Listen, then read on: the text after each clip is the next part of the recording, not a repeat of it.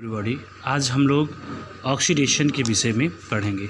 जैसा कि इससे पहले वाले लेक्चर में हमने आपसे बताया था कि ऑक्सीडेशन वह प्रक्रिया है जिसमें ऑक्सीजन जुड़ते हैं और हाइड्रोजन के मॉलिक्यूल्स बाहर निकलते हैं। हम लोगों ने इससे पहले जब रिड्यूसिंग शुगर के विषय में हम लोग पढ़ रहे थे तो उसमें हमने आपको दिखाया था कि ऑक्सीडेशन या ऑक्सीडाइजिंग जो प्रक्रिया है वो क्या है। उसमें थोड़ा सा हमसे एक बार फिर पुनः देखना चाहेंगे। जैसा कि आप जानते हैं क्यूप्रिक ऑक्साइड और दो हाइड्रोजन के साथ जब रिएक्ट होते हैं तो उसमें क्या होता है कि क्यूप्रिक ऑक्साइड और आपका H2O बाहर निकल जाता है। तो H2O ये प्रक्रिया थी, ये प्रक्रिया एक्चुअली क्या थी, यही प्रक्रिया जो ऑक्सीजन के मॉलिक्यूल्स इनके साथ जुड़ के नए यौगिक का निर्माण करते हैं, इन्हीं को हम कहते हैं ऑक्सीडेशन। क्या कहते हैं? ऑक्सीडेशन कहते हैं। ऑक्सीडेशन इस प्रक्रिया को कहा जाता है। इसी प्रकार से कुछ चीज़ें ऐसी ऑक्सीडेशन में जब एल्डोजिस और कीटोनिक दो समूह में अगर देखी जाए कि एल्डोजिस में कैसे होती है और कीटोनिक समूह में कैसे हो, चूँकि हम मोनोसेक्राइड्स में एल्डोजिस और कीटोनिक दोनों ही समूहों को लेकर चल रहे हैं, इसलिए इस चीज़ को भी हम देखते हैं। तो इसमें हम लिख सकते हैं oxidation of aldoses. Oxidation of aldoses. Oxidation of aldoses में क्या होता है कि ये जो है ये वह प्रक्रिया है जिसमें निर्बल ऑक्सीकारक पदार्थ जैसे कि आप क्षारीय कॉपर सल्फेट को सब जान सकते हैं, सोडियम हाइड्रोक्साइड को जान सकते हैं, सिल्वर ऑक्साइड को जान सकते हैं, अथवा ब्रोमिक एसिड के विषय में ब्रोमिक जल द्वारा एल्डोजिस का ऑक्सीकरण कर सकते हैं। इसके माध्यम से होता क्या है, जैसा कि मैं आपसे बता दूं कि ऑक्सीडेशन चाहे वो एल्डिहाइडिक ग्रुप का होगा चाहे कीटोनिक ग्रुप का होगा, वो जब आप इस ऑक्सीडेशन की क्रिया को कंप्लीट करते हैं तो उनका जो यौगिक मिलता है, जो यौगिक प्राप्त होती है, वो उसके ही समानांतर जो है वो परिणाम स्वरूप यौगिक बनते हैं, मिलते हैं।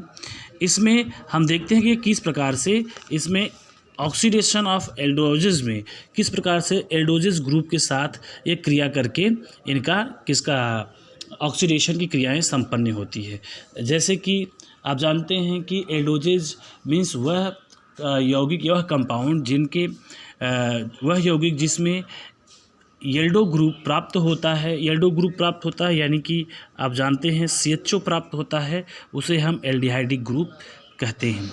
और वह एल्डिहाइडिक ग्रुप को आप लोगों ने जब एसिमेट्रिक कार्बन के आधार पे देखा था, प्रकाश सक्रियता के आधार पे आपने देखा था, तो आपने देखा था कि 8 प्रकार के D ग्रुप के जो बने थे और 8 L प्रकार के एल्डोजिस बने हुए थे। उसमें से किसी भी एक कंपाउंड को लेकर के आप यह क्रिया करा सकते हैं। ऑक्सीडेशन ऑफ एल्डोजिस में क्या होता है कि आप किसी भी निर्बल जो है ऑक्सीकारक का प्रयोग कर सकते हैं, जिसमें से सिल्वर ऑक्साइड, ब्रोमीन जल, सोडियम हाइड्रोक्साइड इत्यादि चीज़ों का आप प्रयोग करके, यानी कि हम कह सकते हैं कि सिल्वर ऑक्साइड का ले लें, या फिर हम इसमें ले सकते हैं आपका सोडियम हाइड्रोक्साइड ले सकते हैं, या इसमें आप कॉपर सल्फेट का ले सकते हैं। तो जितने भी इस प्रकार के हैं जो कि आपके निर्बल ऑक्सीकारक होते हैं, उनको लेकर के, या क्षारीय प्रवृत्ति के होते हैं, उनको लेकर के ये क्रिया हम करा सकते हैं। कैसे कराते हैं इसी चीज़ को हम देखते हैं। इसमें हम एक ग्लूकोज को लेते हैं। ग्लूकोज का स्ट्रक्चर आप लोग जानते हैं कि ये होता है, और इसी के साथ जब हम एक ऑक्सीजन के मॉलिक्यूल्स को जोड़ देते हैं, एक ऑक्सीजन मॉलिक्यूल्स को जोड़ेंगे तो इसमें क्या होगा, सिल्वर ऑक्साइड हो जाएगी, और यही ऑक्सीजन इनके साथ इंक्लूड होता है। तो यहाँ पे क्या हो जाएगा, यहाँ पे हो जाएगा आपका CH2OH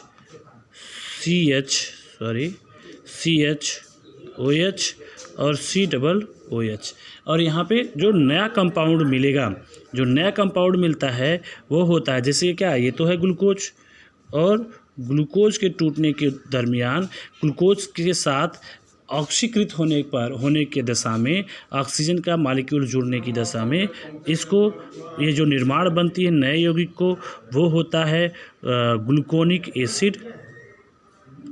अब ये ग्लूकोनिक एसिड का निर्माण होता है। अब जब ग्लूकोनिक एसिड का निर्माण होता है तो इसमें सिर्फ परिवर्तन क्या हुआ कि एक ऑक्सीजन के मॉलिक्यूल्स इनके साथ अटैच होता है या जुड़ता है। इसी के साथ साथ ये तो निर्बल के लिए हो गया। अगर हम इसी प्रकार प्रबल में देखें कि प्रबल कोई एक ऑक्सीकारक को ले लें, तो प्रबल ऑक्सीकारक को लेने का जो सिस्टम है, मैं आपसे बता दूं कि जैसे नाइट्रिक एसिड को आप ले सकते हैं। अगर नाइट्रिक एसिड को लेते हैं तो नाइट्रिक एसिड के द्वारा जब ऑक्सीकरण कराते हैं तो वहाँ पे क्या होता है कि एल्डोजेज के दोनों सिरों पर ऑक्सीकरण होता है, जिससे द्विक्षारीय अम्ल का निर्माण होता है। यानी कि हम ये कह सकते हैं कि ये तो मान लीजिए निर्बल ऑक्सीकारक के रूप में था। अगर प्रबल क्षारक के रूप में हम लें तो यहाँ पे जैसे प्रबल इसमें ऑक्सीकरण कराएं, यानी हम कर सकते हैं प्रबल ऑक्सीकरण।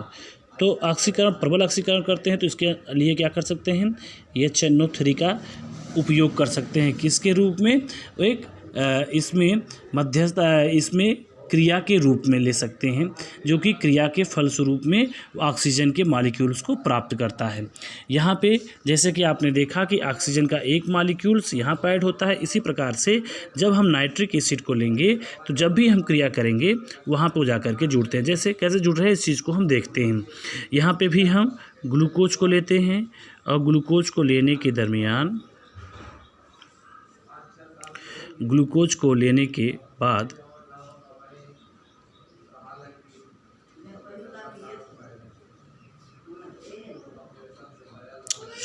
ये हम प्लस इसमें दे दिए, इसको ऐसे नहीं लिखेंगे, इसमें हम लिखेंगे CH2OH, CHOH और फिर CHO। इसके साथ साथ क्या होगा, प्लस यहाँ पे चूँकि अगर रिएक्शन के आधार पे देखें तो यहाँ पे क्या है,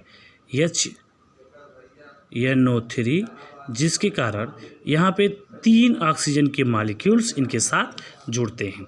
3 ऑक्सीजन के मॉलिक्यूल्स इनके साथ जुड़ते हैं तो ये बनाते क्या हैं, ये बनाते हैं ग्लूकोसैकरिक एसिड।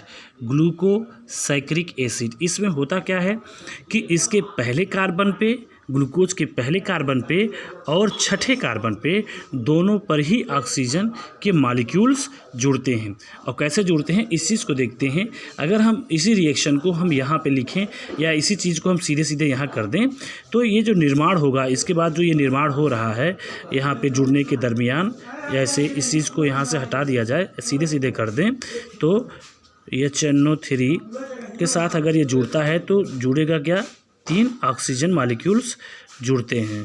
3 ऑक्सीजन मॉलिक्यूल्स जुड़ते हैं तो निर्माण क्या करेंगे, यहाँ पे जो बनेगा वो बनेगा, पहला तो H2O बाहर निकल जाएंगे, 2 हाइड्रोजन के मॉलिक्यूल्स और 1 ऑक्सीजन के मॉलिक्यूल्स बाहर निकल जाएंगे और ग्लूकोसैकरिक का निर्माण करेंगे। ग्लूकोसैकरिक का निर्माण करेंगे तो यहाँ पे क्या हो जाएगा, इस चीज़ को देखते हैं।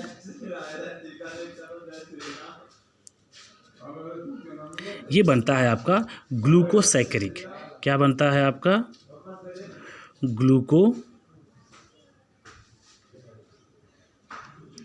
ग्लूकोसैकरिक एसिड।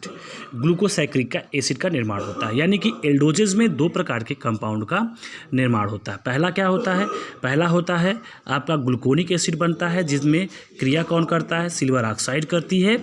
और दूसरा प्रबल ऑक्सीकारक होता है, जिसमें नाइट्रिक एसिड के साथ जब ग्लूकोज को रिएक्ट किया जाता है, अवकृत किया जाता है, तो अवकृत होकर के या ऑक्सीकृत होकर के उसके 2 ऑक्सीजन मॉलिक्यूल्स क्या करते हैं, उसके दोनों ही सिराओं पर जाकर के जुड़ते हैं, जहाँ पे H2O बाहर निकल जाता है और ग्लूकोसैकरिक का निर्माण होता है। इसी प्रकार से हम अगर कह दें तो हम यहाँ पे निर्माण कर सकते हैं किसका, आपके ये ऑक्सीडेशन ऑफ कीटोजेस का हो सकता है।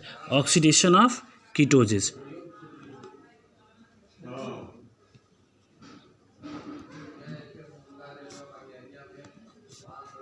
ऑक्सीडेशन ऑफ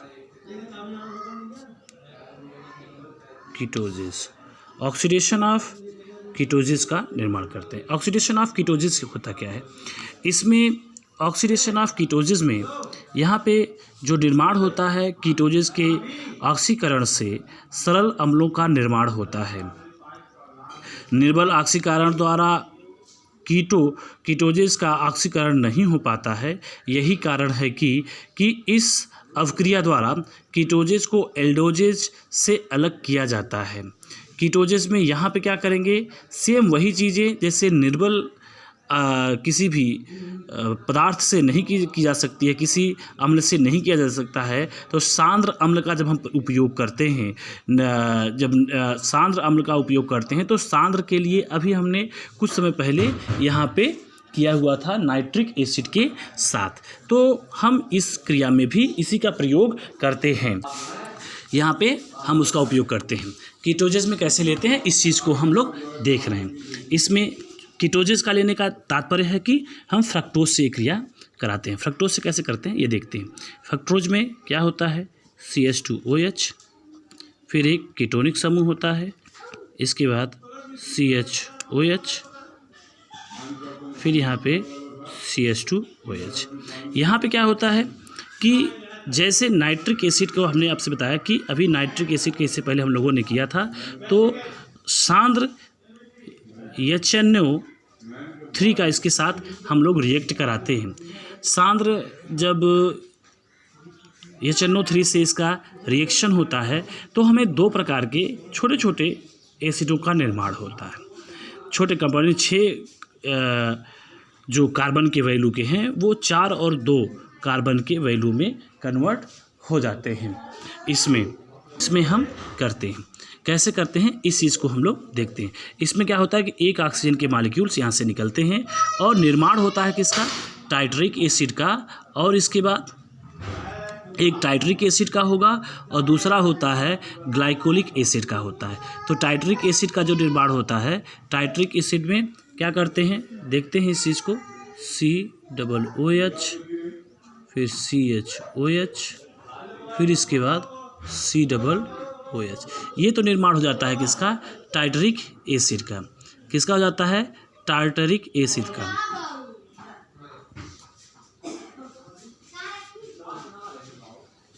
टार्टरिक एसिड का प्लस इसके साथ क्या जुड़ता है, इसके साथ होता है आपका, इसके साथ जुड़ता है आपका ग्लाइकोलिक एसिड। ग्लाइकोलिक एसिड का निर्माण कैसे होता है इसको हम देखते हैं। जैसे यहाँ पे हम प्लस कर दें, यहाँ पे जगह नहीं है, तो ग्लाइकोलिक एसिड का जो है उपयोग करते हैं CH2 यहाँ पे हम लोग इसका निर्माण करते हैं। तो ये क्या करते हैं, CH2OH और फिर इसके बाद COOH। ये बनता क्या है आपका ग्लाइकोलिक एसिड। ये इस प्रकार से हम फ्रक्टोज से, ये इसको हम फ्रक्टोज कहते हैं। फ्रक्टोज से ऑक्सीडेशन कराने के दरमियान हमको क्या क्या मिलता है, हमको मिलता है टार्टरिक एसिड और ग्लाइकोलिक एसिड का निर्माण होता है। ये सारी प्रक्रियाएं ऑक्सीडेशन के अंतर्गत आती हैं, ऑक्सीजन के मॉलिक्यूल्स के जुड़ने के उपरांत होती हैं। इसके बाद आप लोगों को जो चैप्टर पढ़ाया जाएगा वो म्यूटा रोटेशन होगा, जो कि नेक्स्ट टर्म पर बताई जाएगी। अगर आपको समझ में बातें नहीं आती है तो इसके बारे आप पूछेंगे, कमेंट करेंगे, जिस प्रकार से उसको फिर आंसर दिया जाएगा।